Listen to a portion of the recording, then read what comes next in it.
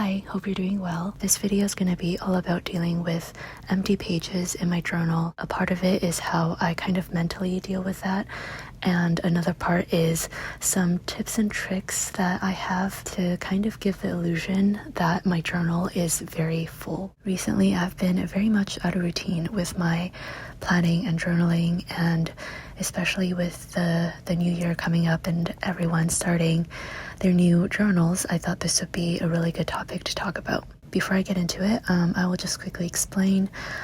This is a bunch of different clips put together from the past maybe 2 weeks or so. Again, I have been very out of routine lately, so every time I felt like I started falling behind and I wanted to catch up in my journal, I turned on the camera to film it. So yeah.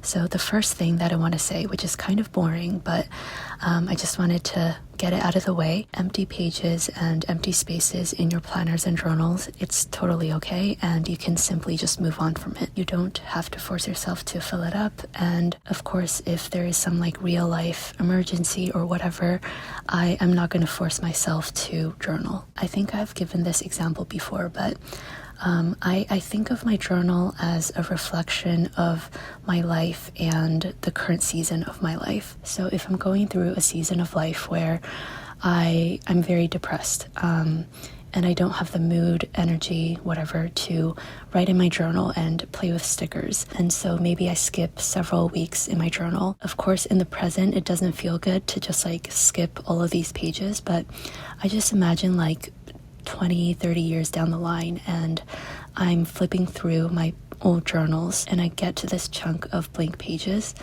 I feel like that is a very accurate reflection of that period of my life, and I will just, I suppose, immediately know what I was going through at that time without having to read anything. So if you're going through a rough period with keeping up with your journal, maybe this way of thinking about it can help you. Okay, so then for the rest of the video, I will just share a few of my little tips and tricks. It's nothing groundbreaking, but yeah, these are just a few things that I do to kind of give the illusion that I have my life together when I really don't. So number one, I don't consider myself a junk journaler. I feel like the majority of my Hobonichi is filled with my writing, my doodles, and pen, pencil, ink. I don't know when journaling crosses over to junk journaling. However, I definitely bring in a little bit of scrapbooking and junk journaling elements into my Hobonichi, and this is because I find cutting things up and taping it into my planner is a lot faster and easier and less energy consuming than writing. So an example is if I'm kind of having a low energy day, I treat myself to trying a new tea. One purpose is to kind of cheer myself up, but the other purpose is that I can save the packaging and tape it or glue it into my journal, and it takes up so much space so that I don't have to write as much. And especially if the packaging is really pretty, I kind of take inspiration from the packaging, and this way I don't have to think about what color palettes to go with or what kind of doodles I have to make. The packaging kind of just inspires all of that for me. And in fact, in this video, I think I used this trick twice. My dad recently is going through some health issues, so after I came back from the hospital, I tried this new cinnamon stress relief tea, and I saved this purple packaging and kind of inspired the whole spread. And the second example is I was just having a really busy day, and I decided to try a green tea that one of my customers gave me before, and the packaging of this is just so gorgeous, and it really just inspired again the whole spread and color palette. Also, going along with that, I often save things like tickets, receipts, brochures. If I make an order from a website and they include a sticker, things like that. It's an easier way to kind of tell the story about the day without just writing, today I received an order from this website, or today I went to this concert. I think this is just a lot more interesting, and again, it takes up a lot of space, so you don't have to write as much. My second tip is kind of similar, and it is that I often do large brush lettering and large doodles, or I put down a lot of washi or stickers, again, to take up space and save myself the energy and time to write. If you watch my planner update videos or any of my flip throughs, I think you'll notice this. Just like especially if I'm going through a tough, stressful time, I tend to do a lot more bigger doodles and bigger lettering. For example, I often write busy day in huge letters, and maybe I will doodle an emoji with a pencil and a stressed out look, or maybe I will draw an emoji who is like screaming. And so because of this, like when I flip back to my old journals, I don't need to read all of the nitty-gritty rambles that I write immediately. When I flip to these pages, I can see that it was a busy day, or I was, I don't know, freaking out about something. So I feel like it's a very effective way of communicating what I'm going through. But also, again, because I am doing these like big doodles and big lettering, it takes up a lot more space and I don't have to write as much. I will say though, for some people, it might be easier to actually write, but for me, doodling and doing these like fun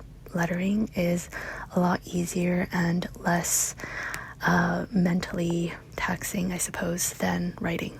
My third tip is to change the layout of your journal to fit whatever you need for that day. So if you have been watching my content for a while, you are probably familiar with my typical Hobonichi layout. So I have a narrow column for my to-do list and then a wider column for all of my free journaling. However, if I'm having a different sort of day, I might also do a different layout to kind of accommodate that. An example is if I don't touch my journal from morning to night and I just like have a sliver of time before bed to journal, I obviously don't want to write down a to-do list because the day is already over. And I also don't want to have to fill up the entire space with just pure text. So something that I do often is kind of like a recap of the day.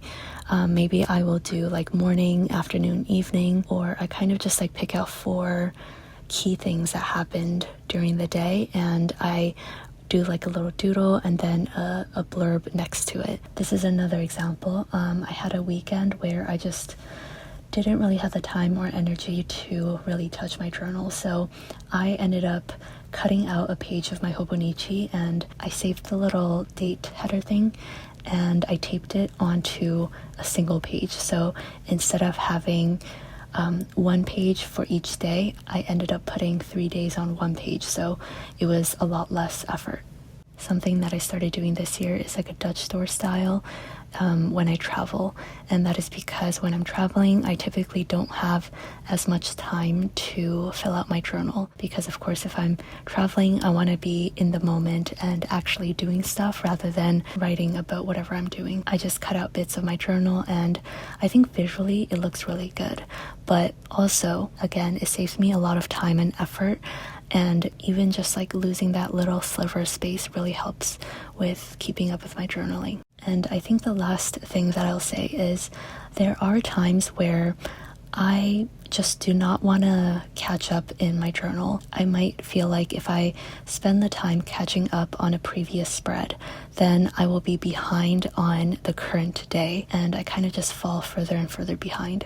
So if I'm feeling this way and I don't want to go back and fill up all of these empty spaces, one thing that I'll do is, for example, put down this emoji head that is like a poker face, and I will just like write a sarcastic no or not today or something like that. And I think this is a really funny but also low effort way of communicating to your future self that this day was just not going your way for whatever reason and you didn't feel like writing anything.